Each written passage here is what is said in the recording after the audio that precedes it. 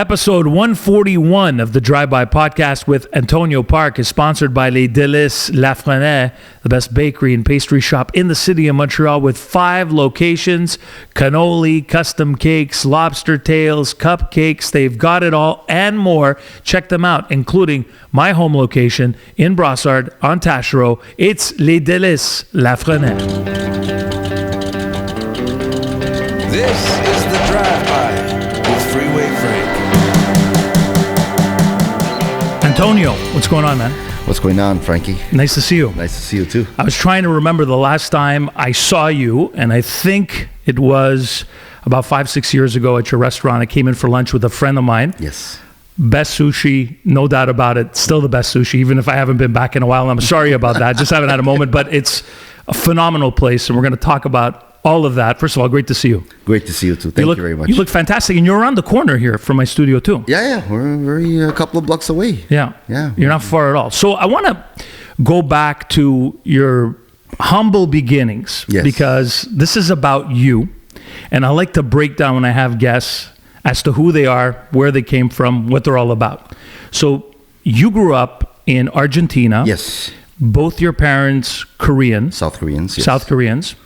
And your mom is still in Korea, or My mom moved to Korea. Moved to South Korea. She couldn't handle the cold anymore. Yeah, well, who can handle it? I'm surprised you're still here, man.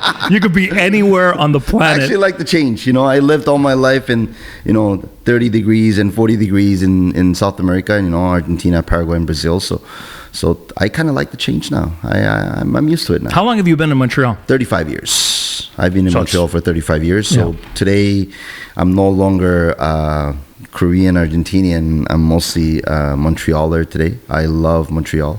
It's my city. It's the city that I love the most in the world, and it's the most beautiful city in the world to me. It really is, no doubt, a beautiful city with many problems. Of course, we know those problems, but we try. Somebody like you, I could feel it when you walked into my studio. It's all about positivity. So we know that Montreal's a mess, Yeah. but we're not talking about the pylons outside of Park Restaurant, maybe, or wherever they are as you made your way here. We're talking about just the good things about Montreal. Yes. And somebody could come here, like you did, from somewhere else, and be the entrepreneur you are, and be a success story. And you are a success story. Thank An you. incredible story over the years. How did you get into... you wake up one day, was your mom or your parents cooks? How do you get up and realize this is what you want to do for a living? This was a long dream coming for me. It was never something that I just woke up and decided to be a cook or a chef or a restaurateur or anything like that. Obviously, living in Argentina, and my parents used to have a business called Lavanderia, which is a laundromat. They used to, wash jeans for Lee and Wrangler. Acid-stone wash jeans. Floating stones. And it's funny, I learned about that because I had Sal Parasuco on my podcast. Yeah, so he explained that whole thing because he was part of the inception of course, of all that stuff. So that's what your parents were doing. My parents used to do that. We used to have, I don't know the exact number that we used to have, but we used to have about 50 employees in living with us. They only had a weekend off every month.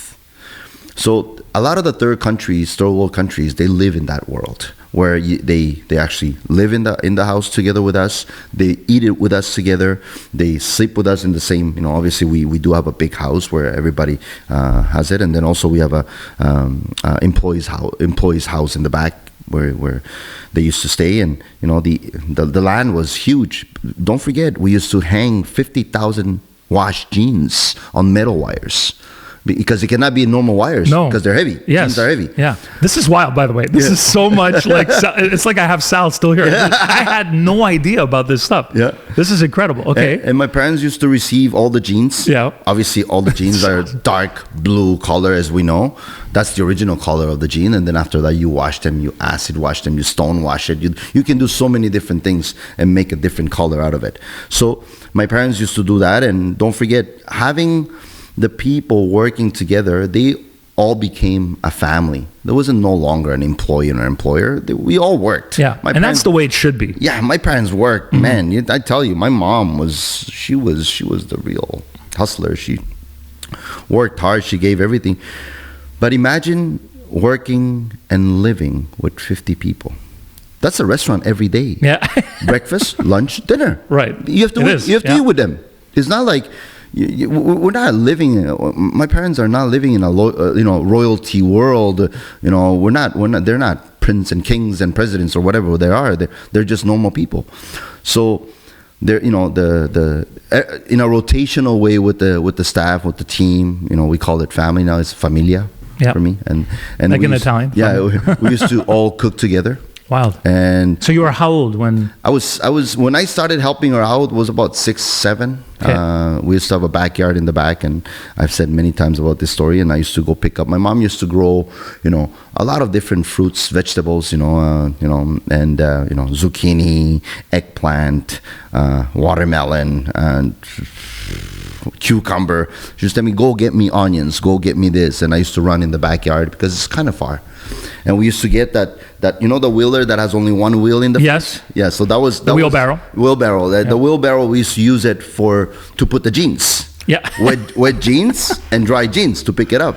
So I used to go in the back and put all the vegetables in there, bring it back, and I used to be basically the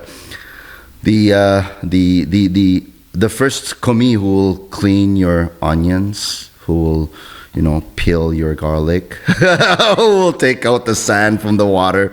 So, and I just basically fell in love not with vegetables or fruits or anything like that. I fell in love with water. Water. I knew since I was very young, very, very young. I don't remember how old I was. I was one of those kids when I saw water, I jump in it. No matter where it was. Sea, shore, Puddle. And let me tell you something.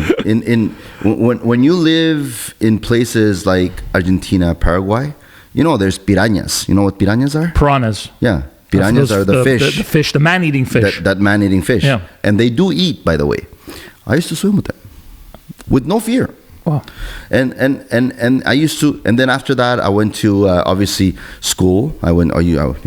Education is very important for my parents for me to learn. So I used to go to school, and I became a part of the national swimming team for the elementary and high school and things like that.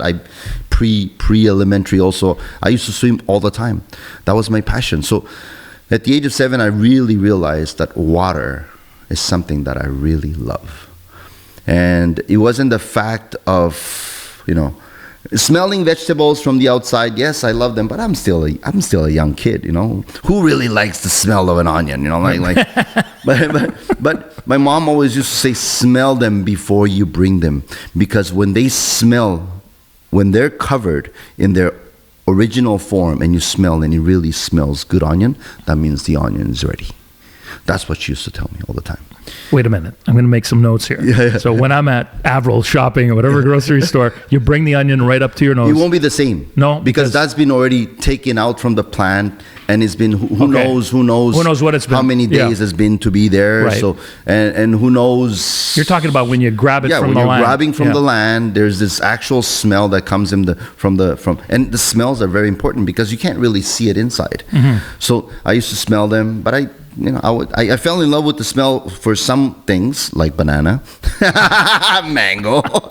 Mango and banana is very easy. It's just color of the skin that you see it. Yellow is ready, and the mango is a little bit soft is ready because in South America we don't eat hard mango. We eat soft mango because you chew on it. Yeah, and it has to be really ripe. Ripe, yeah. And the real fact of me falling in love is, obviously smelling the fruits, bringing in. The satisfaction of cleaning a vegetable? Do you know when you have a green onion and you have all this root that is tied up with the soil, right? And you clean it with the water and it becomes really clean and white, right? The satisfaction of cleaning something is what I fell in love with water. So if you ask me, if you look at it in my social media, Instagram, you'll see it, chef, owner, or whatever, and I always say a dishwasher. The reason why I say a dishwasher is because dishwashing is the most satisfying thing in my life. Does to it take something- calms you? Oh, it as calms well? me Yeah. down. It soothes me. It makes me happy. The fact that I know that the one dish is clean, is very, very, very, very important. And I always teach my apprentices and somebody else's. If you do something for somebody, then it has to be done right, because that will come back to you. What do I mean by that? If I'm doing dishes and half of the dish is somebody was touching with oil, somebody dripped oil, and it's oily. It's slippery when it's oily. Imagine if you don't clean that well and the next person who gets it has that oil on hand. So why is that what is that person learning, number one? What is that person learning? Learning that this is okay, which is not okay. Horrible. Yeah. And number two, how about if that person was you? So wouldn't it be better that you do something already prepared for the next person to touch it? You always do something in consideration to the next person to do better. And that's my philosophy and my idea of moving forward. Yeah. So is Chef Antonio Park telling me here today on the Drive By podcast that he does not own a dishwasher? You wash all your plates at home by hand? No, come on. I do own a dishwasher. 100% I own a dishwasher. But a lot of people will actually say this. And I cook at home. You still cook at home? I cook at home. You come home from a hard day at work and still cook? I cook at home every single day that I can. If I don't have that day that I'm cooking, I always have something prepped at home. I have 4 children. It's, Alex, Naomi, Aiden, Alea, and my girlfriend Rachel. She's just an amazing woman. She takes care of my children she loves children. So I'm very grateful for that. But before that, I have this funny thing in my head that I'm like, I have to make sure that there's something to eat for the kids in the fridge, even if I'm not there. So when I go do groceries, I make sauces. So, when it comes to Italian, you make pasta sauces, right? You make a bolognese sauce and you put it in the fridge. I do the same thing.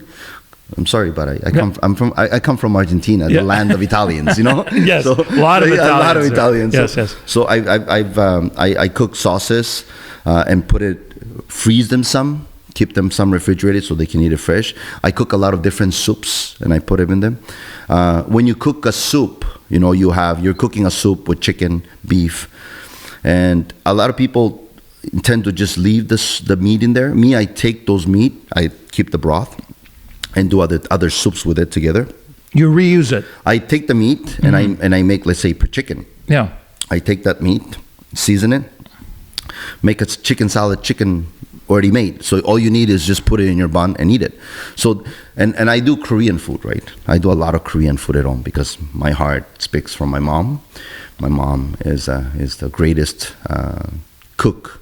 She's the greatest. I can't say chef because she doesn't run a brigade, but she is the best cook that I know in my life. And if you ask me what's the best last meal you want before you die, I'm gonna say it's my mom's meal. That's 100% for sure.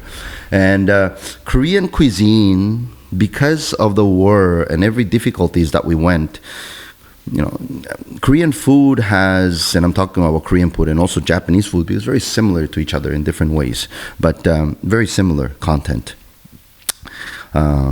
They do a lot of pickling, fermenting, marinating, things like that, and a lot of soups, which is jjigae and guk. Yeah. And I like to do all those things because if you pickle something, it lasts longer. If you marinate something, you can keep them longer. If you ferment something, the fermentation goes forever, and it's great for you because you have probiotics that you can give it to your children. It's healthy. And a lot of the Korean food is around vegetables. It starts with a vegetable base and then it expands? No. We have a basic Korean dish. So kimchi. Yes, of course. So kimchi is vegetables, right? Okay, yeah. So the world of kimchi, I can tell you, we have probably 500 different kinds of kimchi that people don't know about it. And we only see the ones we see in popular. You see the Napa cabbage, the daikon radish, and things like that. But there's just, you can open the door. It's just endless. And imagine that world of kimchi, which is a fermentation pickling process, fermentation, marinating process. But on that way, you can also marinate meat. A meat, not everybody has a meat aging fridge at home. You know what I mean? But I bet you do. No, I don't. No, you don't either. I don't. I actually like to take meat, different cuts, Yeah. cook them as a ragu, keep them frozen also, keep them in the fridge, some of them to eat it fast. But I love marinating things. Because marinating things, you can keep it longer. Longer, yeah. And the flavor of the marinade, it actually tenderizes your meat. So there's difficult ways of seeing things. And fish, obviously fish, Korean and Japanese were like so much in love with fish. So we're surrounded by the sea, right? Yeah. So fish is another thing that you can also marinate, pickle, dry. You could dry fish, yes. You dry your fish, you salt fish, and then you can just clean it up, soak it in, make it a little bit more, boyish, and then cook it after. So there's multiple ways. So I do cook every day, and most of the time I cook. If my children's are not my Alex, my firstborn and my secondborn, Alex and Naomi, they're not there because they will help me with the dishes. But if they're not there, I'll do the dishes as well. Yeah. Wow. Because you like the whole process. I love just. Yeah, man, it's just so soothing. Nobody is like, how to say, judging you. Nobody, it's just you're cooking everything from your heart. And when you do it for your family, for your children, it is special. It's very special. Yeah. And it puts you, what I find, when I cook, at a very, much microscopic level than you. So when you think you're okay, then you see a guy like Antonio Park show up and do what he does. It's just amazement. It's art. It's art. We were talking about the art behind me. What you do is art. Thank you. It's not easy to do, but you get a satisfaction when you cook for other people, especially 100%. When I cook for my wife, vice versa, and it's enjoyable. And you can't pay that satisfaction. No. You can't buy that satisfaction. Exactly. That satisfaction is earned from the love of your heart that you put it into your hands, and then it's a whole extension of your love that goes into the food.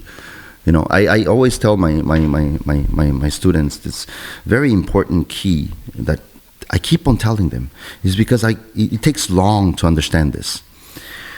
A knife, a spoon, a spatula that you're using in the kitchen is not a tool to use it. Think of it as an extension of your body. Because if it becomes an extension of your body, you become naturally professional at it. And you become naturally comfortable at it. Once you reach that level, obviously we're talking about the level that you have to do it at 10,000 times, right? Or more. Once you start doing that, and then you start realizing that you're not even thinking that you're holding a knife. At one point, you're cutting something without even looking at it. That means it already became a part of your life, a part of your hand, a part of your extension. Yeah. And it's with anything. Yes, with anything. This is a part of me. Is a part of, exactly. The hockey stick is a part of the hockey player, or the baseball bat. Yeah, it's an amazing way of looking at it. So having spent all the time in the water, you see your love of water, is when you were swimming with the fishes, as we say from some of the movies. Yeah. And is that how you I guess, decided sushi would be the way? No, sushi was pretty later on. Okay. When did you go to Japan? I went to Japan in 2003. I did go for culinary studies over there. I did work at multiple restaurants, including Michelin star restaurants and different kinds of restaurants. But I wanted to go there because I wanted to learn real Japanese cuisine. Did I have to go there? Not really. Did I want to go there? Yes, I want to go there. A lot of people ask me, but you don't have to do that. You know the word have to do that. I don't do what I have to do. I do what I want to do. I live once in my life. If I have to do what I have to do, and I don't do what I want to do, then what's the purpose of living one beautiful life that we have, right? Do what you do. Do what you want to do. If you fail, let it fail. And fail it big. And fall on your face. Because that's going to teach you how to get up in the right way. I was talking about this on my last podcast. On a solo cast that I did, I was saying how, you keep falling, but the test of a person is how many times you get back up to the road towards success. But it's endless. To get back up is endless. Yeah. Because if you're not getting back up, it's over. Then what's the purpose, man? then what's the purpose? The purpose is to get back up and try to be better. If you fail 100 times, I always tell, fall another 100. Because you're going to be 200% better than 100%. So just keep on falling. When you look back at when you used to fall, Yeah, a lot more. Okay? When you look back at that, you've come a long way, right? It's a long road. Antonio Park was on. There's no doubt very about long it. road. But it's been. Started cooking at the age of 15. It's gonna be close to 35 years that I've been cooking. So it's been a roller coaster in my life in many certain ways. And the biggest roller coaster that a lot of people don't know is that my father and I say it some of the stories on online when I do interviews and things like that. I haven't spoken to my father for 11 years before he passed away out of heart attack. So my last time that I saw him was 11 years ago, before he passed away, which for me it's the most hurtful thing that I've, as a human, that I've done. Shame on me for not opening up to him. Shame on me for being stubborn. And I'm not telling shame on him, because he's the father. He gave me birth. He gave me the most beautiful thing that I have today, and the most beautiful thing that anyone could have. You know, the people ask me, how are you doing today? I'm doing great. Do you know why I'm doing great? And he goes like, why?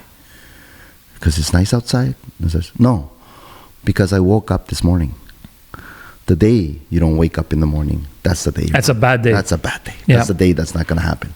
So obviously with age, getting close to 50, I start realizing all this, appreciation about life and appreciation about my parents. Your parents wants only the best for you. I used to get beat up all my life growing up from my father, and he was a Marine in Korea, so he's an army weapon head, and those were the old days. Those were the old days. This wasn't only happening necessarily at your home. It was happening everywhere. The way we grew up. Yeah, everywhere. Yeah. That was normal. It's like, hey, you have a curfew at 8 o'clock. You better be back. 8:15. It's over. You're getting a smack. Right. And you get a hell of a smack. I used to get a hell of a smack, and I kept on doing it because I was young and I wanted to go out also and things like that. But I realized with time that they always wanted to do the best. What is the best? Now that I have children in my life, my parents did not get really educated. My mom, I'm going to talk about my mom on this time, and she didn't even graduate. She didn't even graduate second year of elementary school. Her mother passed away when she was very young. She had 6 siblings that she had to take care of. She had an older sister and her, 8 siblings in the family, and she had to work selling gums and chocolates and candies to be able to feed the sisters and brothers, the younger sisters and brothers, and put them to school. So she already became a mother at the age of 9. And if you look at it, if you think about it, what does your mom want you to do? Your mom wants you to do everything that she couldn't do, that she wanted to do, that she believed that she could have done if she was supported rightfully. So my parents worked really hard. Their main focus was for me and my sister to do well. So, me going to school, things like that. I always say, my parents, they want the best to do it. They want the best for you. They want you to do. My parents didn't really speak any other language than Korean. They spoke a little bit of Spanish. They spoke a little bit of English. They throw a little bit of French there. But they never assimilated. But couldn't have this conversation, my parents right? Either, couldn't have this conversation. So what's the first thing that they want? Okay, I cannot have this conversation. So I want my children to do it. I want my children to learn this.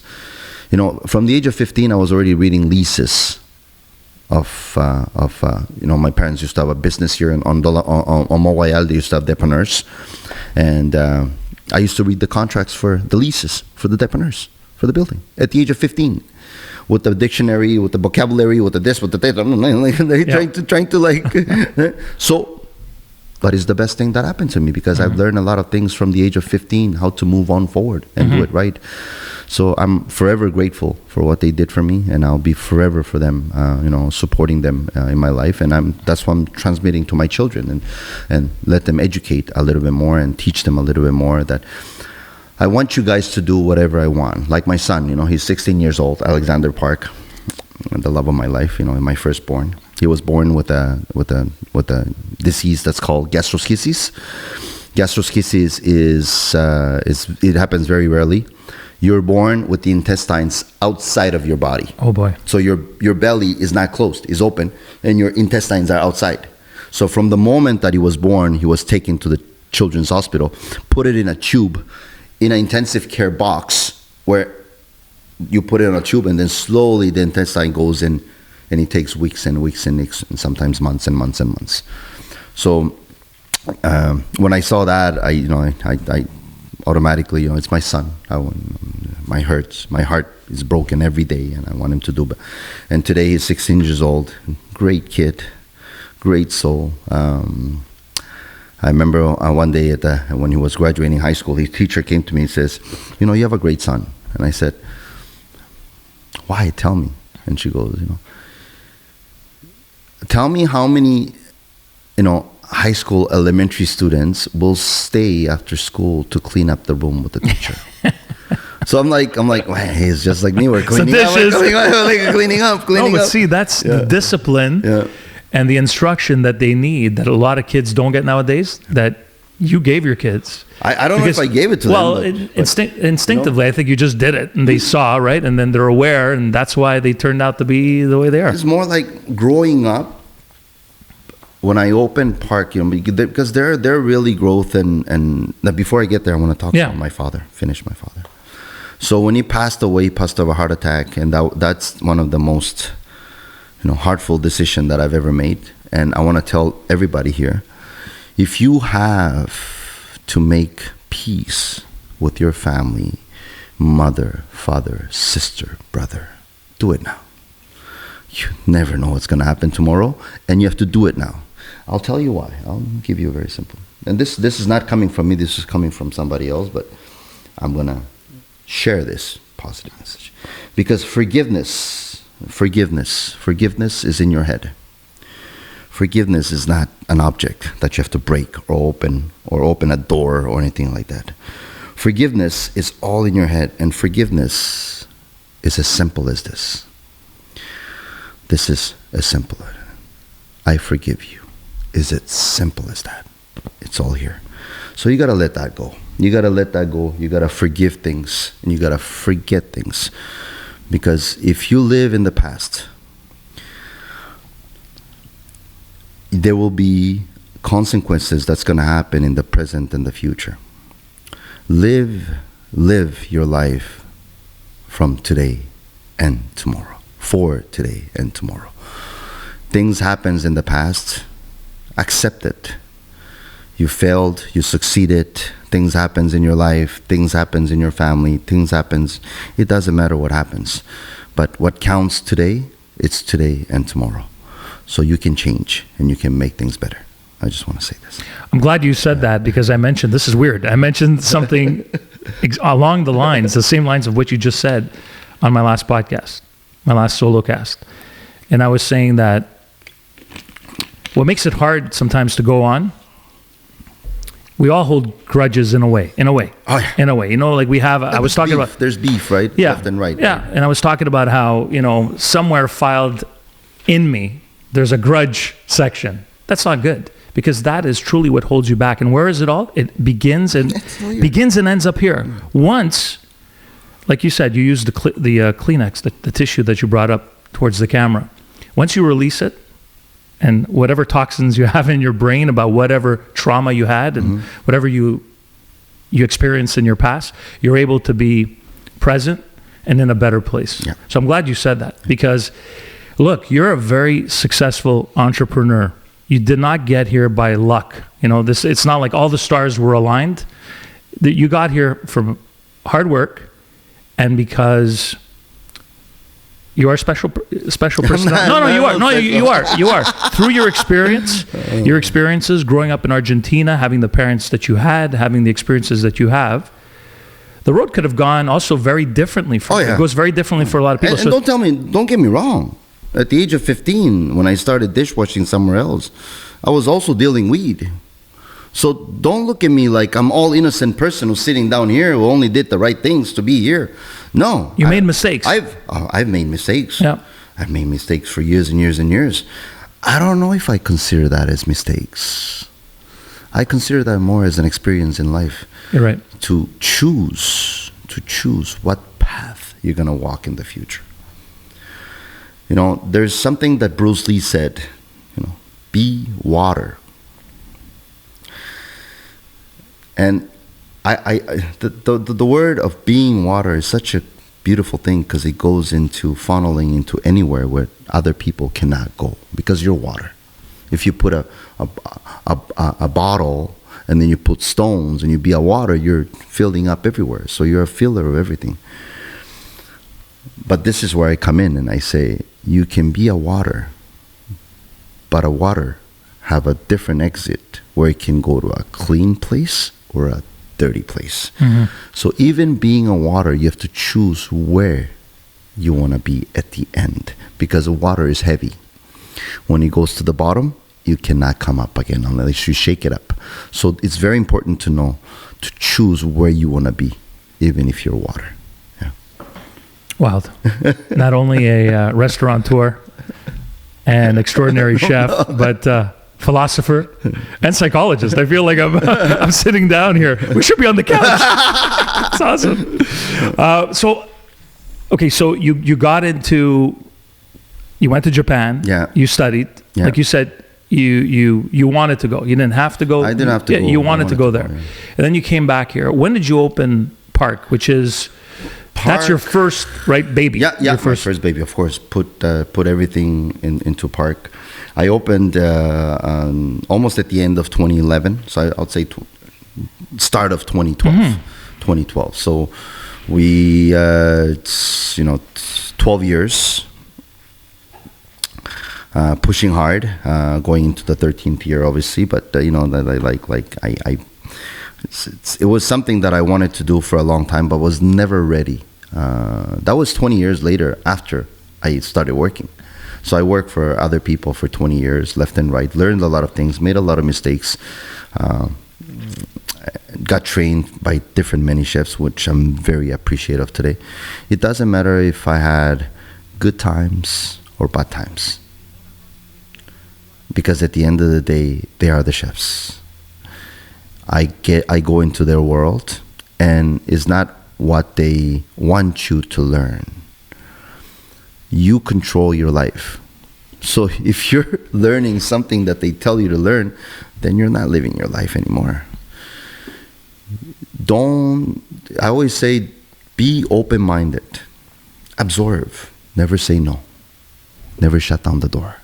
Because the moment that you shut down the door, they will not teach you anymore. No. Just say yes. Yes. Be that person that says yes. Yep. Okay, we chef. Let's go. Let's go. Because you have the capacity as a human being to choose what you want to focus on, what you want to learn on, and what you want to keep it, and things that you don't like, throw it away. I'm not judging that chef. I'm not judging this chef. I'm not judging this chef. Those are all mentors to me at the end of the day. And I'm appreciative because of them. You can't say because of one person you are who you are. Everybody made me who I am today. And that's why I'm appreciative today. When I opened, I cleaned up my bank. Most people do when they start. Yeah. I call my mom. I have debts of $250,000 with the bank. I opened Park. And the hardest thing about Park when I opened Park was that I had shingles. From the moment that we opened Park for painting constructions, I was helping them out, right? I was trying to help them. I know you need the paper to do the construction. But save money, you know. It was a small little place, right? So Quebec, it's not a problem. I was helping the painting. I was helping the floor. Yeah. Obviously, you know, helping the construction builders to save money, obviously, because I was very poor, so I didn't have that much money to be able to do all that. I got shingles on the first day that we started the construction, and I remember taking probably 40 pills, 40 painkillers, different painkillers, every hour. It hurt. It's everywhere here, so it was hurting. And I opened Park a month, almost 2 months after the renovations that we did. And I had shingles still, because shingles last for 6 months, 4 months, 5 months, 6 months almost. The day that I opened Park officially to the public, I had shingles. And I used to make nigiri like this. And people used to say, "Are you okay?" It's like, it's itchy. So, and my partners know very well about that. Yeah. And the reason why my son was helping at the elementary school, after school, clean up the teacher, is because every Sunday, I was working morning till night. I'm telling you, 8 a.m., go home, midnight 1, 8 a.m. No day off, 0 day off. It's not like, I want to work 40 hours. No, you're not working 40 hours. You're working 120. Oh. And I knew that already in my head. Yeah. I had to push everything. On Sundays, it was one day with my children. I used to go in the morning, because on Sundays is the day that I have to bake all the sauces. When I first opened the restaurant, obviously I don't want to share all the recipes of the sauces with everybody. I'm the secret sauces. Dude, I work hard for this shit. You know, Yeah. So I used to bring my kids.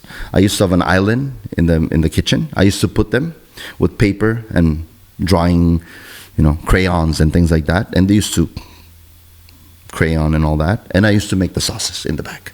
Cut the vegetables, put that in, make a mise en place for Monday to start again, because Sunday was the only day off. My mom kept on telling me, go to church on Sundays. I practiced church. I'm a Catholic. I did my, I went to church. I was baptized Antonio Park, and I did my primera comunión, and you know. Mm-hmm. We did the original side of it, and then you were an altar boy ever, or no? No, not that deep. Yeah, I sang a little bit at the choral. Okay, good. Okay. Yeah. And I love singing, by the way. I love singing and dancing. That's very South American side of me. Yes. And when they were in the kitchen, I always used to tell, they were young kids, 4, 5, 6, 7, growing up, right? 4, 5, 6, 7, growing up from that age to that age. They had to draw with crayons. And by the time I'm cleaning my stocks, my pots, my pans, my chopping board, my cutting boards, my knives, I used to tell them, you clean your table now. So from the age of 4 or 5, they're already cleaning their table. They had no choice, because I wasn't going to clean for them. They make a mess, they clean it. But they see me cleaning, running, and taking pots, heavy pots. You know, we're talking, gallons and gallons that I'm moving from the pot alone. Mm-hmm. So they see this, and I think they learned how to work hard and clean hard, and very appreciative of that. So that's how I opened Park. That's how Park became to life, and we're here almost 13 years later. We're here. Is it open 7 days a week, or we're open 6 days a week? 6 days except for Sunday. Sundays, yeah. Okay. Yeah. And do you have? I mean, you must have. You're there every day. No, I'm not there every day today. Yeah, I used to be there every day for to start. 6 years. Okay. Yeah, every now day. you have sous chefs? Now I have head chefs, sushi head chefs, which is Shinji-san. Shinji-san was amazing at the sushi bar. Yeah. I have, Min is amazing, who's been there with 8. I just asked yesterday, this week, I asked Min, how long?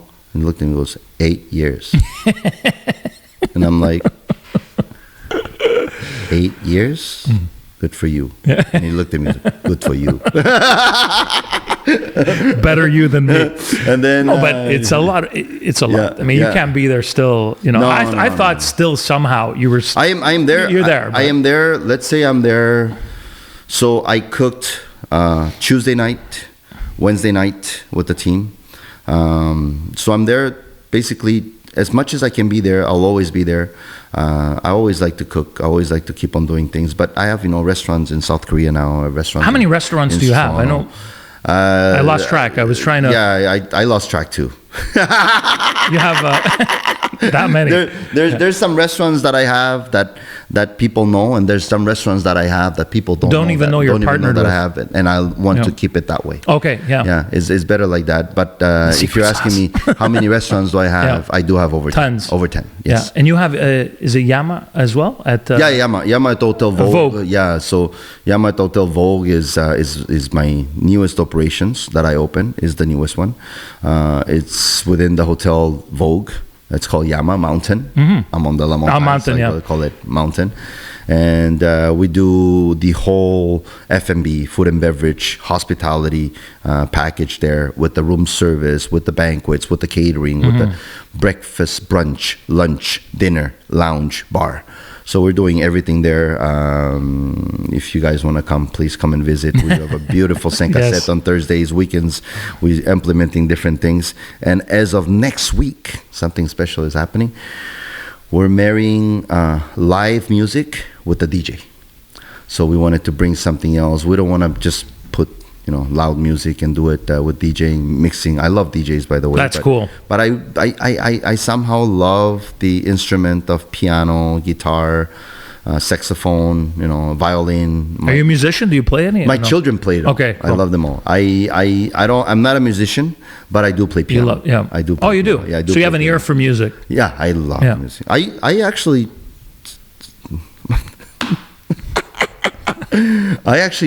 wanted to be a singer since I was a kid. Awesome. Actually, that was my dream, and my father just crushed it. Crushed my dream. He says, "Go to school." Like dads from that generation. My dad crushed all my dreams, but he was a great man. But he just crushed everything. Any idea I had, they're never gonna put you on the radio. They're never gonna put you on TV. You're never gonna be a drummer. You're never gonna be a hockey player. You're never gonna be a baseball player. I remember he played baseball. You're a baseball fan too. Yeah, I'm a huge sports fan. Yes, my father was a huge sports player and a coach. And he never wanted me to be a cook or a chef, and just especially Japanese food. We know the history of Korea and Japan back in the days with the war and domination and all that. But I love Japanese culture. I love Japanese food. And like I say, I don't have to do what other people tell me to do. I want to do what I do. The reason why I chose to do Japanese food is because of the purity of the ingredient, the natural flavors of every single ingredient that we can have, produce, but also texture, smell.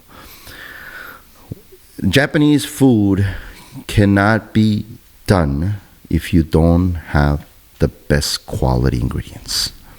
When it comes to fish, you're eating it raw. Mm-hmm. Oh yeah. What more do you have to say? Exactly. Yeah. And people say, "Oh, raw fish." Well, vegetables are raw too. By the way, your salad that you're eating, they're raw too, but it's not fish. Obviously, they're just two different things. One is grown in soil, the other one is grown in water. For me, I love that aspect, to be able to create something and represent its original form of flavor, texture, and there's a sweetness to it that a lot of people don't understand. And I want people to eat their sushi and keep on doing this, because the funny thing is, and people do not mock me on this, do not take me as a joker. When you eat a sushi and that sushi is really fresh, or that sashimi is really fresh, the moment that you eat and you swallow it, everything, after you swallow it, keep on doing this. Keep on swallowing it. And you're going to see there's a sweetness that comes out of nowhere. And that's the fat, the oil, the essence of the oil of the fish that got left in your palate. And that's how you know your fish is fresh. Antonio, to me, my favorite is sashimi. Yeah. And I remember going to your restaurant for the first time. And it's not only the taste. First of all, it's next level. Let's be honest. There's a lot of sushi restaurants and good sushi restaurants, but yours is...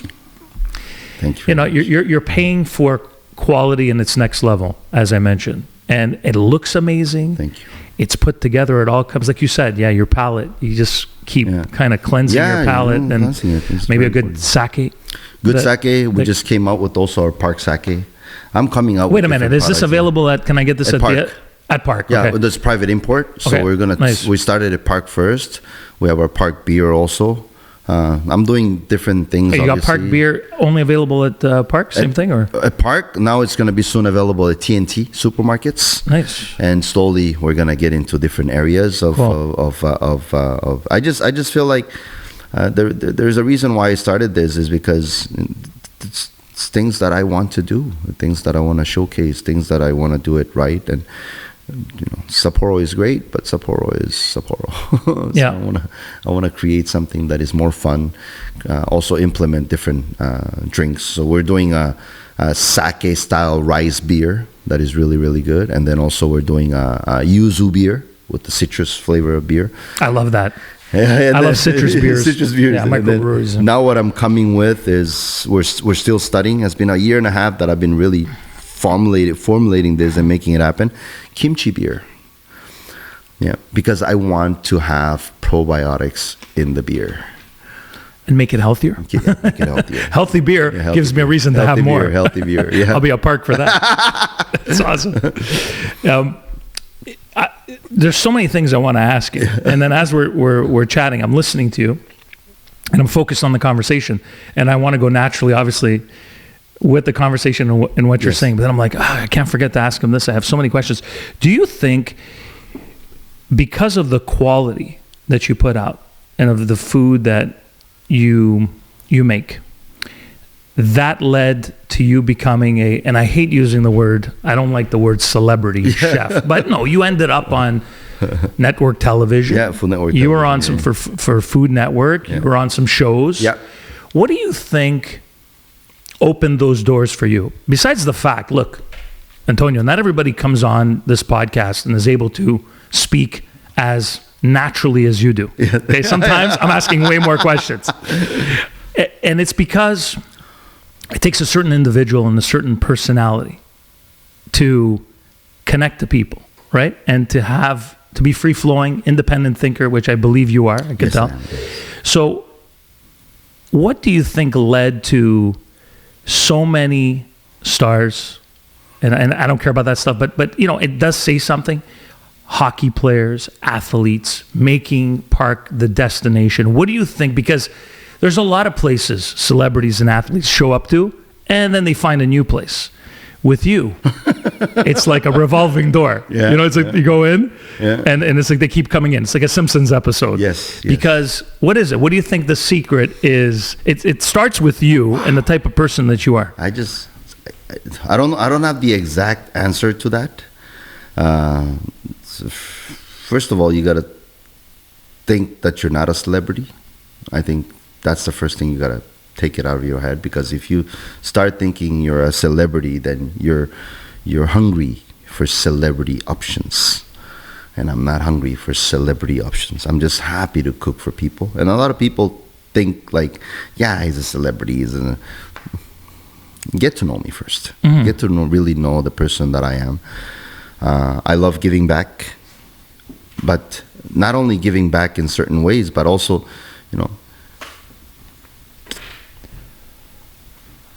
how can I put this? Hockey players will come in. I'll go to the table myself, for instance. So, you're a big fan. So you see them come in. Yeah, I'm a big fan of all athletes. I think athletes are amazing. Yes. I love them a lot. I for sure, my father was amazing with anything with balls. We're talking about football. In Korea, South Koreans, they love their baseball. They love their baseball, football, soccer. Huge fans. Golf. Any ping pong. Really good at anything with balls, right? Yeah. My father used to also play baseball for shortstop. He used to be a soccer goalie player, a forward right hand. He also used to coach all these things in South America. So I come from that blood, right? So I love sports. And when I look at the sports athlete, For me, it's not like I want to get something from them. You see, that's not what it is. It's what can I do for them to feel better the next morning? How can I know them more? The power of being a chef and a cook. We have a power, by the way. Oh, I know that. We have a power. I know.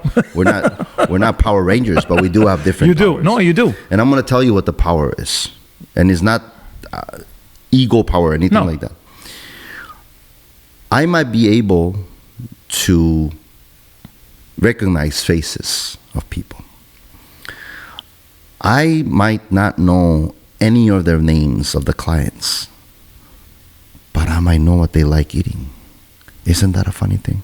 I don't even know their name. I look at you and I don't remember who you were, but I know you're allergic to this, you like this, you like... Isn't that funny? So we have that ability to know about somebody, not as a name, not as a celebrity, but as a human being. What this person likes. Does he like soups, more soups? Does he like more meat? Does he like more fish? So I got to learn about these things, about different players, without even knowing their name. A lot of the athletes will come in, I don't even know their name. They play on other teams. But I see them often. Yeah, every time they're in Montreal, they come and eat. So I got to know about them. And the other thing is also, I try to experiment weird things with them. And they actually like that. They actually like the fact that I like to play experiments with them. And I go ask them today, because a lot of players kind of like we're friends now. I know them now. It's, years and years passed away. The beauty about it is so recently I received we just played yesterday Columbus Blue Jackets, I think. So the day before we had the Columbus Blue Jackets at Park. The whole team shows up? No, the whole team. Six players. Six of them. Okay. The whole team. The whole team we had was a week and a half ago. Washington Capitals. The whole team was at Park. Okay. Yeah, but that's a whole different story because the person that I should thank on this is Lars Eller. I was just going to say that. Lars Eller is one of my closest boys. I talk to him regularly. I love his family. Julie's I love great. Julie. Yep. I love the children. I actually go to Washington to cook for them and to cook for the whole team in their house. Nice. Because I want to. Because I want to do that. It's because he's a friend. He's the beautiful human being. He's a great, honestly, when I first moved back here to Montreal to do radio, one of the first people I met, and my wife is half Danish. Okay. And I hit it off with Lars. There was a couple of people I hit it off. Max was one of them. Lars was another. Yeah. He was young. He was just starting off. And Julie's a sweetheart. They have a beautiful family. Yeah. So Lars, because of your... Lars, go to Park. Lars became a friend. Yeah. I was very close of cooking, and I was actually doing meals for the Montreal Canadiens for their practice. I was doing their dinners when Max Pacioretty was there, when PK Subban was there. I used to do their dinners at Max's house and different houses, things like that for the whole team. Mm-hmm. So I became very close. Pricey is another close friend of mine, but Lars has he never thinks he's a star. He never thinks he's a hockey player. He's a human as you see who he is, and that's it. And he started bringing in, obviously, the Washington Capitals once he got traded to the Washington Capitals. And I spoke to Lars, and I actually thank him recently for making Alex Ovechkin. Came to me once and he said, Park is my favorite restaurant in the world. So for me, it's like heartwarming, right? Yeah. And also him coming now is not Lars, because Lars is no longer there. Lars is with the Pittsburgh Penguins. Pittsburgh now, yeah. I did send a nice message to Crosby saying, take care of Lars. He's my boy. I love him. So he was like, yeah, he's a great guy. We have a great team. And Crosby, for another sense, great hockey player. Amazing human being. That's what I hear. Never met him. But, amazing. Yeah. When I tell you an amazing human being, that's Sidney Crosby. Very Canadian proud, very Maritimes proud, a very great guy. And now he's no longer Lars because he's no longer in the team of Capitals. So now it's Carlson, there's Backstrom, all these boys that are always, sending me messages and saying we're coming. It's cool. Yeah. So that's been really, really cool. And so they came, the whole team came. I also had, I think we had 3 games so far. Did we 3 have games? 3 games? Yeah, 3 games. We have Washington Capitals, Minnesota Wilds. Wild, yeah. They also came. Yeah, and Columbus. And then Columbus. So all 3 team came. You're 3 for 3. Yeah, so you got 30. How many games? 38 more to go. So I'm very grateful and I'm very thankful that they're also at least giving me an opportunity. And for the Columbus Blue Jackets, there was actually 2 players who sent two guys who sent them over. 2 players. One is Pierre-Luc Dubois, which is a very close friend of mine also, and an old brother, an old friend of mine, Jakub. Mm-hmm. Jacob. Yep. Voracek. Yes. Yeah. So Jakub Voracek is one of my closest boys. So it's amazing. They told them to come to Park, so that's why they came. They didn't even know about Park. No. And it's word of mouth that spreads across the leagues, and people come, and it's special. Yeah. It really is, because you see them walk in, and you're fueling that. I mean, you're fueling them, right? I'm so happy too. They score a couple of goals. It's your fault against that. They win, they lose. No, don't blame me. You cannot blame the food. It's not my fault. No, but you fueled them, is what I'm saying. I'm just. It's pretty exciting that you're. It's very, very grateful, but at the same time, it's a new relationship that starts.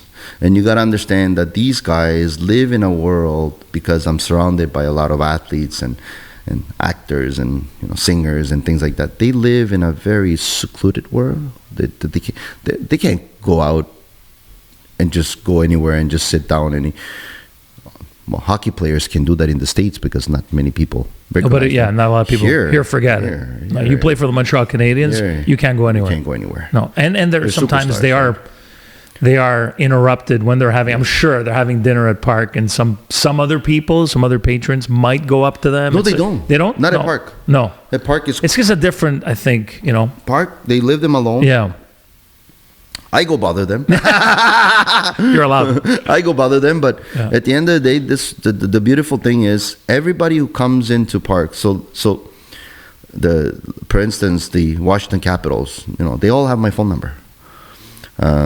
The Minnesota guys, they all have my phone number. The Columbus Blue Jackets, they all have my phone number. So it's like whenever they come, they just send me a direct message and tell me I'm coming. Okay, great. Yeah.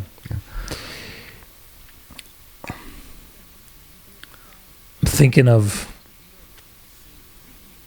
which way I want to go, because there's so many questions that I still want to ask. But right now at Vogue, if you don't know Vogue, I have the Canadian women's soccer team. Oh, I saw that on Instagram for the whole week. So I'm feeding them. You're feeding them all week, lunch, and dinner, pre-game, dinner, week. after game, and I want them to win.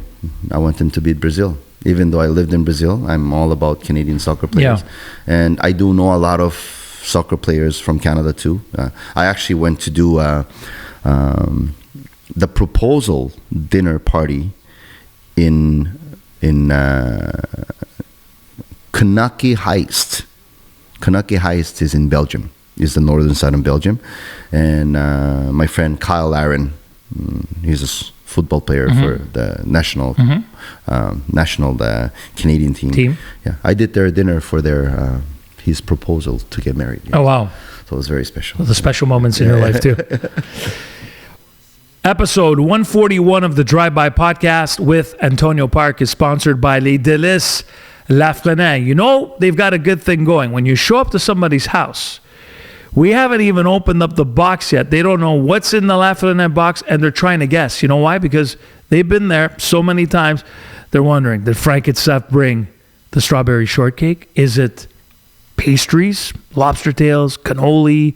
Is it the cappuccino cake? That's how excited people get when they see the box, the logo, yet alone what's in it. Check them out. 5 great Montreal locations for every celebration in your life, including weddings. They'll make custom cakes for you, theme cakes for birthdays and anniversaries. They've got it all. You could also sit down with a designer and design the cake for your wedding with them. At the original location on Lafrenière or the other 4 Montreal locations, including my home location on Taschereau in Brossard, it's Les Délices Lafrenière. I'm curious to hear what you think about, because nowadays there's a hype around, going to great restaurants, whether you're in Miami, more than ever, right? And those big bills, the $2,000 plates of Wagyu and bottles and extraordinary chefs, and then not necessarily extraordinary, but they might have the hype, but they don't necessarily have the talent. I'm curious to know, whatever this is, the salt, the salt.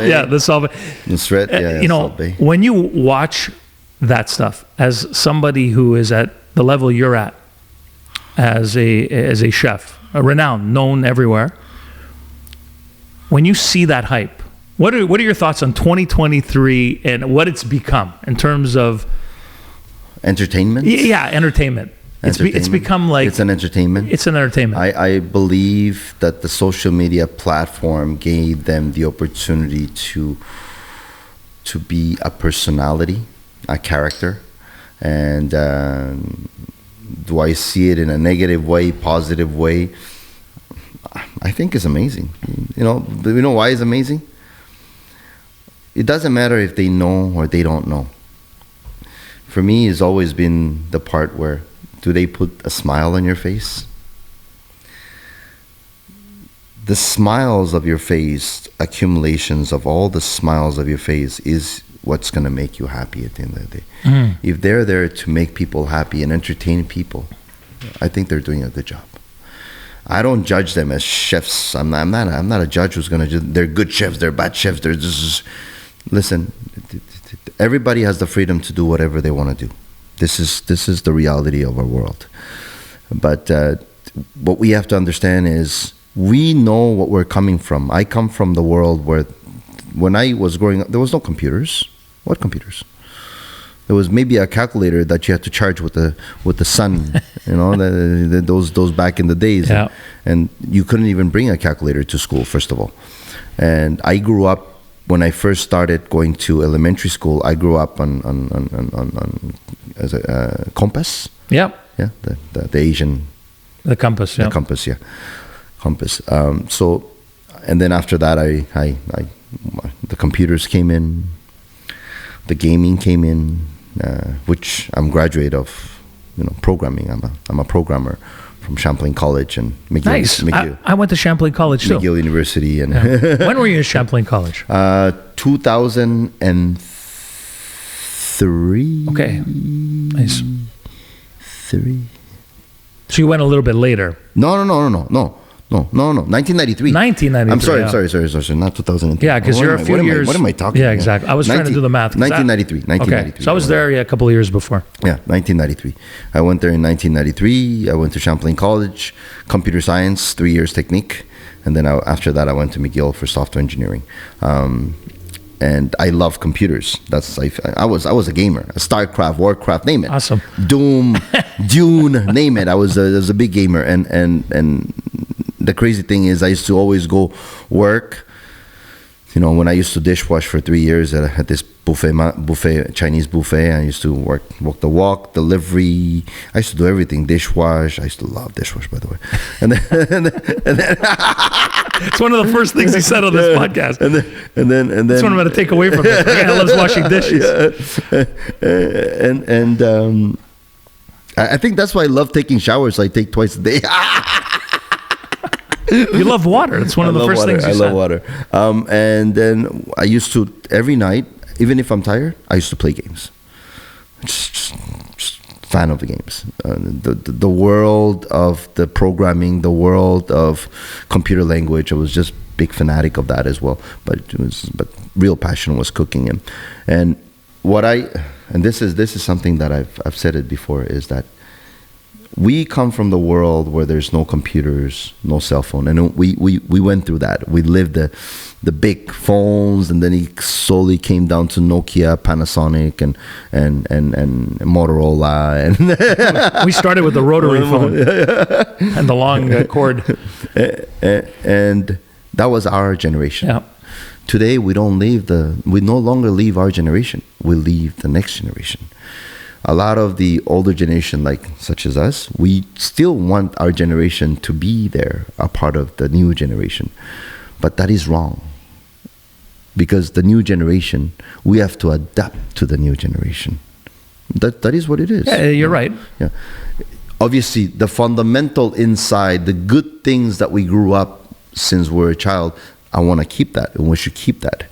But the technology-wise, we have to adapt to the new technology that comes in front of us for our children and things like that.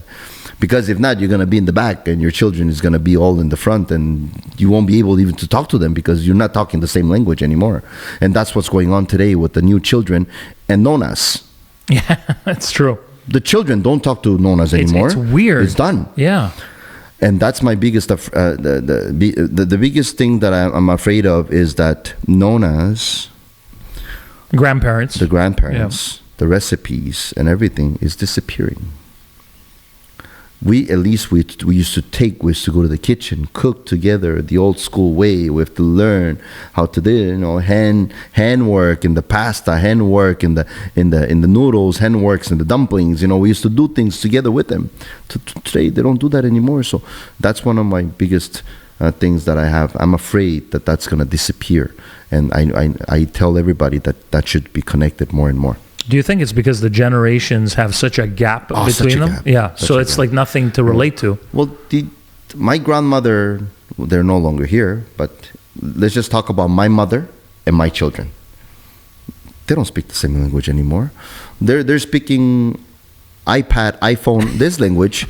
My mom is speaking book and newspaper language. How could they go along together? Mm-hmm. Well, they talk to each other about the past, history, but I think it's attention span. I think that's what it's called. Yeah, the attention span. Yeah, the attention span. The new generation is very quick, huh? Very quick. The old generation was to sit down, listen for 30 minutes, have the time to play a nice chess game, talk about the past. Today, no. Today is so fast. Everything is so fast. Your social media is 15 seconds. That's it. That's why we're doing Antonio Park shorts. Yeah. We're going to put out 3 or 4 of them, whatever, because, after a minute, you lost them. It's like, tell me what he said, but in less than a minute. Yeah. It's wild. So it goes very fast. So these things are the things that are changing. And it's for me, when I look at things on social media and I see all these new chefs and crazy things that they're doing and the Salt Bay and the steaks of $2,000, and I find it very amusing. It's not for everybody. If you can afford to pay for it, and if you want a luxury life, by all means, go ahead. You got to work hard for it. But I intend to live the normal life like everybody else. I want to live that normal life because I have to set an example for my children. So I would imagine, as somebody who is a restaurateur, well-known chef, that some people, as I said, the generation might think, oh, he probably goes to all these restaurants, he's hitting all of them. And you probably go to the ones that people wouldn't expect you at and are actually better than some of the ones you'd have a $2,000 bill at. Absolutely. Yeah. I go to restaurants, mom and pop shops. Exactly. I love my mom and pop shops. I like to go to places where I used to go. And I'm old school, so I have this, the new generation does not have something that is called loyalty. Oh, no, zero loyalty. Yeah, but I'm very loyal. You are, yeah. I'm very loyal. I go to the same place all the time. And also, the reason why I go there is because I can connect the memories when I used to go with my mom and my dad back in the days. I want to relate to that to my children and say, there's something that anybody can take away from me, but there's one thing that they cannot take away from me is my memories. So I want to always revive those memories and, smell, feel, those are important things, Is a business like yours, or a restaurant like Park, or many of the other restaurants, high-end restaurants that you have, quality restaurants, you go through what we went through the last couple of years. Are they a little bit more recession-proof because of the type of food you prepare and the type of clientele you might have? Or did you also, because I know there's a lot of chefs, up and coming chefs, restaurateurs watching you right now, and you must have gone through a tough time through those years. You had to reinvent yourself as well. First of all, I went to the pandemic before anybody went to the pandemic. Park and Lavanderia went on fire. So I was closed alone when everybody else was doing business. So that was my first pandemic. That was my at the start, right? Pre-pandemic. Yeah, it was before that. Before the pandemic. And then after the pandemic hit. So when the pandemic hit, I was like... Strike two. Strike two. But what I realized when the pandemic hit is that my food is, I wanted to do delivery and takeout. It made sense for me. But at the same time, what I realized is that I have probably 20 tables in the restaurant, but doing delivery and takeout, I have a million tables. Endless tables. A million tables that I don't even pay the rent.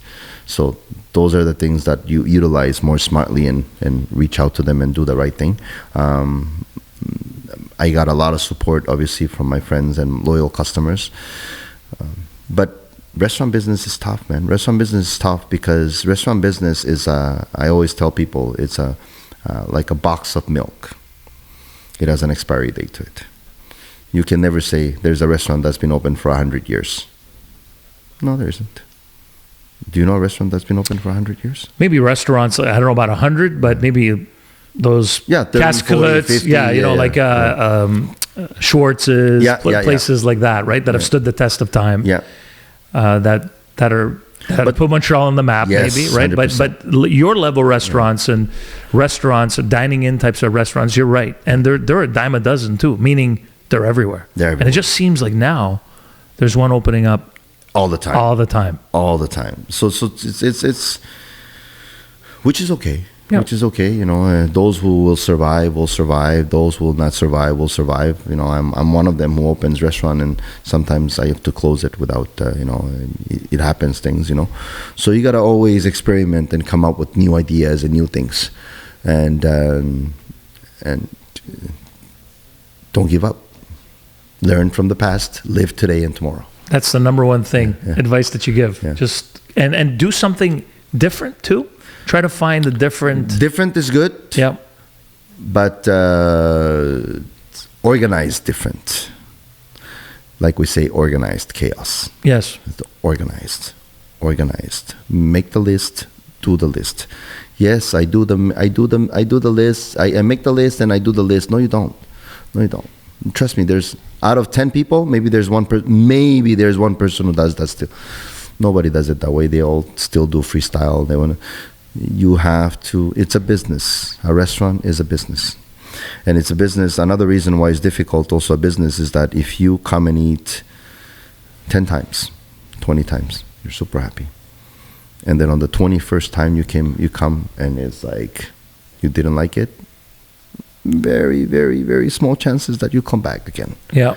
So that's the restaurant business. A lot of TV shows have exposed the restaurant business as dramatic things going on. A lot of, like you said, controlled chaos. Controlled chaos. In the back, there's a lot of drama. There's sometimes egos getting in the way. Sometimes people fighting for positioning and who's going to be the next Antonio Park and who's going to impress Antonio more. And what do you teach the people that come into your restaurant? And you're leading by example. Like, what do you view your restaurant as in the back, in the kitchen? Like, what's the first thing you tell them that's the key?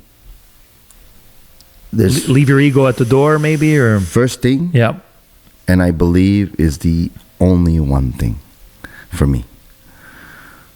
Communication. Why communication? In this world that we live today in 2023, there's a lot of misunderstanding because they don't communicate each other. It's not only the restaurant, it's in your life, in your family, in your relationship with your children, with your wife, with your loved ones. Please, please, please, please communicate. Talk to each other. It's okay. Open up. Talk to each other. Nobody knows what you're thinking if you don't say it. Can you know what I'm thinking? Can you know what I'm thinking? No. No, you don't. No. No, you Unless don't. I ask you and you tell me. Yes. Or you open up. And you're allowed to ask. Are you? Yes, you are. You Yes, are. you're Well, in your allowed to environment, ask. you are, which is You are great. allowed to My ask. environment, you are. Yeah, you have to ask. You have to ask, and if you don't ask, then you won't get the answer. And when you don't get the answer and you don't ask, you presume something else, which is just presuming that you think. You think that person, but suddenly, that what you think goes public. Oh, where we're going from here? Yeah. Ask, talk, communicate. That's the most important thing.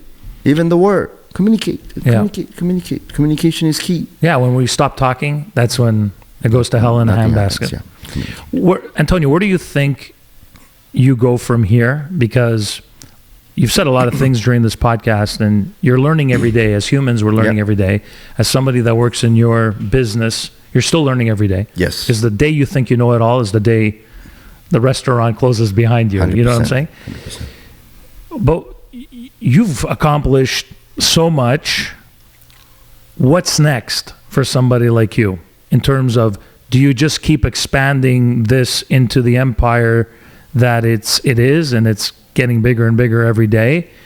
Do you do something different at some point, when you get closer to, you're nowhere close to retirement, but maybe you want to sit on you don't strike me as the type of guy that wants to lie down on the beach, maybe for a couple of days, but No. you'd want to get back to work and doing something. So where do you see yourself in the next little while? Where do you want to, you get on a plane, you go overseas, which I think you're doing next week.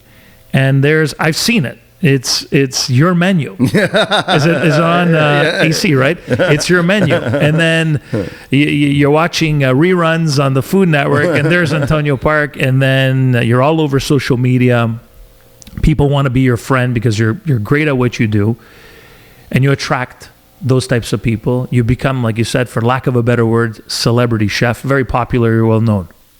Where do we go from here? How much more we go from here so the idea is to be able to help more children.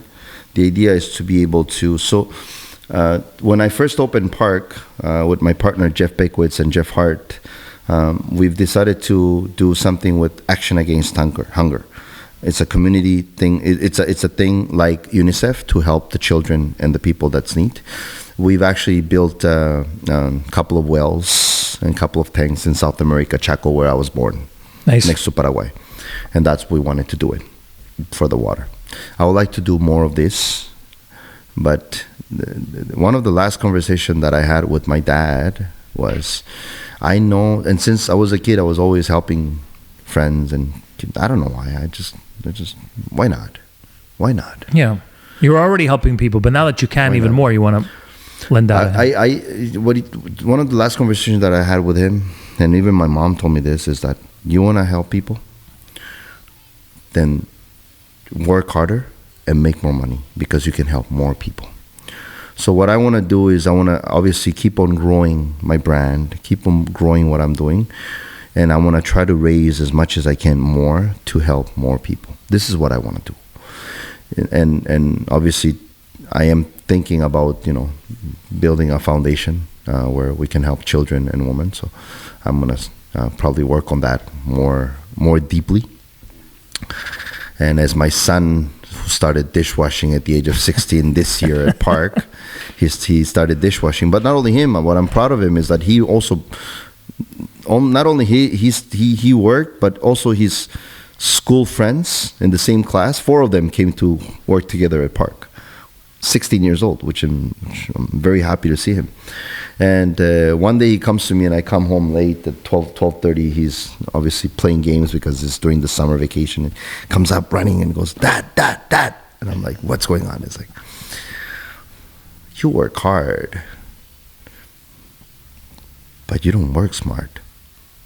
I'm like, this is your son? I'm like, wow. Okay, buddy. Then show me how to work smart. I was like, okay, I'll show you.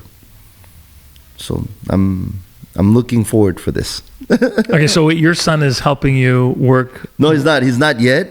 but he's intelligent. You know, and somebody who tells me that Yeah, yeah. he's he's going places. yeah. You're when you tell me that, then you have to deliver what you Yes, said. yes. You cannot just throw the words No, in the no, of water course and not. just not do anything. So. But that's impressive for a 16-year-old to come out and tell you that. This must be my son. I'm like, let's go. He learned something. Yeah. I couldn't end this podcast without asking you this, because I asked several people around me, what's the one, and two of the three people said the same thing. You have to ask him if, pretty much, if you're cooking at home, what are the Antonio Park 3 key ingredients everybody must have to start and end a meal? Meaning, always have handy the 3 things that are going to help you the most. If that makes any sense. Yeah. Three things The three things the that- go-to things. the go-to I'm things. going home tonight. Oh, yeah. I'm opening up that refrigerator or that pantry. Yeah. What are 3 things? Number that- 1, 3 ingredients, right? Ingredients. It doesn't have to be. It doesn't meat. matter. It No, doesn't matter what it is. 3 things that get you. Three things that gets me going. Yes. Garlic, I had a feeling you were going to say that. I had a feeling you were going to say that. onion. Wow, I'm 2 for 2. Yeah. Oh, you knew onion also? Well, I'm guessing because those are the 3. Yeah. Well, and okay, go, maybe I'm not going to take a guess. Take a guess. Third one. Okay, so garlic, Onion. onion, and the third one would be anything is salt? No. No. It's salt because the thing is, anybody could have said salt, but for me, salt can be equal to soy sauce. Yes, you could.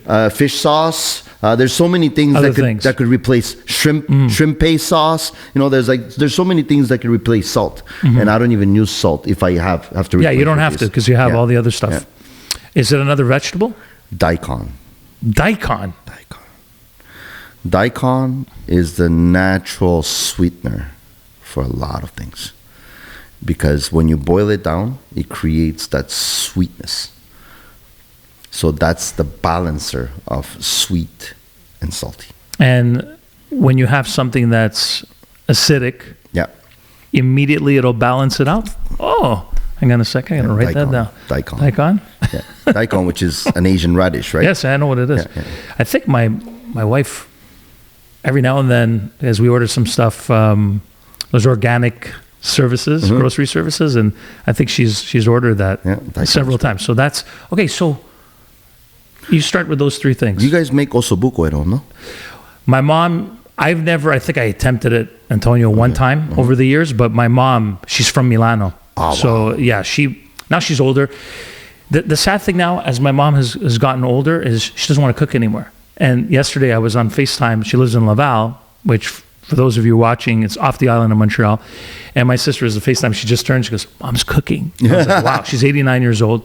She gets tired. Yeah, of course, of course. So You know what you should do?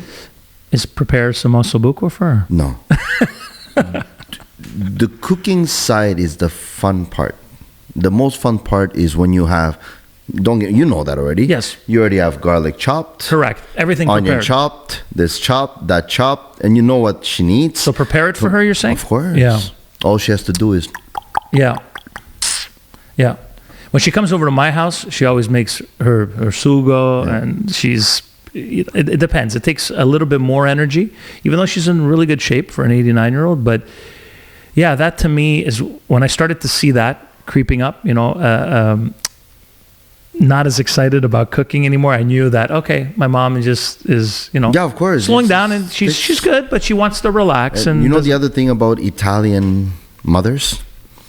They don't like to cook small. no, They like to cook large. Right. They like to cook a lot of things. Yeah. When they do ossobuco, they don't do 2 ossobuco. No. They do, you know what I mean? Exactly. This is because in their head is like, oh my God, it's a lot of work because I have Yes. to cook all that. I'm not doing it just for that. Yeah, that's why when my mom comes over and she makes her sauce, it's not, unless, before we used to do it every September. But that ended too, right? Because she doesn't have in Italian, la volontà. Yeah. Doesn't have the desire anymore because she's getting older. That doesn't mean we can't do it, but sometimes it's so much easier to do it the way you live in a quick world. Yeah. But if I learned anything on this podcast with you today is, okay, first of all, wash your own dishes. Yeah. Everything starts with the plate and water, Yeah. right? And you make a lot of sense with everything you say. Have the ingredients, be in the moment.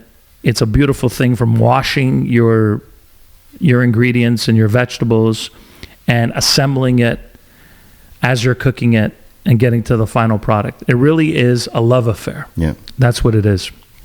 And you've made it a love affair for your entire life. And one thing I've always admired about you, even though I think we only met once, Yeah. We met one. is, and I'm not saying all this stuff to blow steam because look, it's coming to the end of the podcast and who knows when I'm going to see you again. I think that I've always been impressed by you, and I hear from a lot of different people, and I've experienced it myself.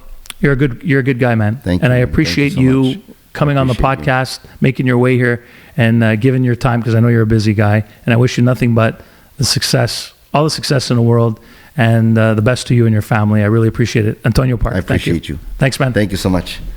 Thank you very much for having me. Thank you so much for watching episode 141 of the Drive-By podcast. It is sponsored by Les Délices Lafrenais. Check them out online.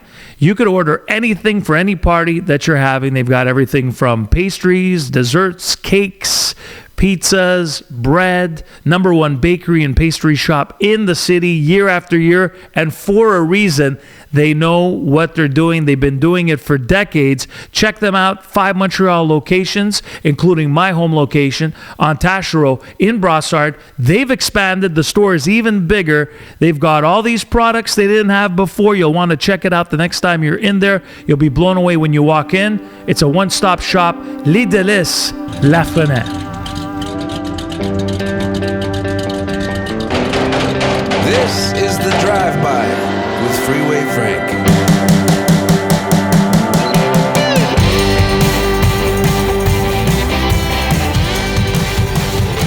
Watch all episodes of The Drive-By on YouTube. Listen in on Spotify, Apple, Google, Amazon, Podbean, and tune in.